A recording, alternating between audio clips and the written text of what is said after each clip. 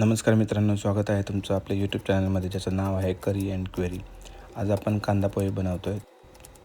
त्यासाठी बारीक कांदा चिरून घेतला आहे, टोमॅटो, कोथिंबीर आणि हिरवी मिरची बारीक चिरून घेतली आहे. भिजवलेल्या पोह्यांमध्ये मीठ आणि कोथिंबीर टाकून घेऊ. कढईमध्ये तेल टाकून जिरी, मोहरी, हळद टाकून घेऊ. त्यामध्ये आता कांदा परतून घेऊयात. कांदा छान परतून झाल्यावरती त्यामध्ये आता हिरवी मिरची टाकून घेऊ. आता यामध्ये बारीक चिरलेले टोमॅटो आणि शेंगदाणे टाकून छान परतून घेऊ.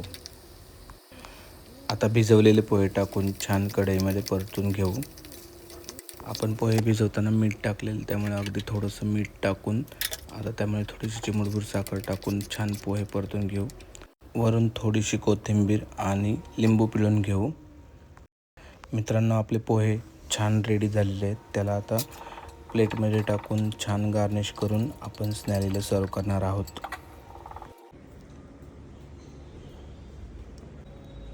स्नेहाली, कांदा पोहे.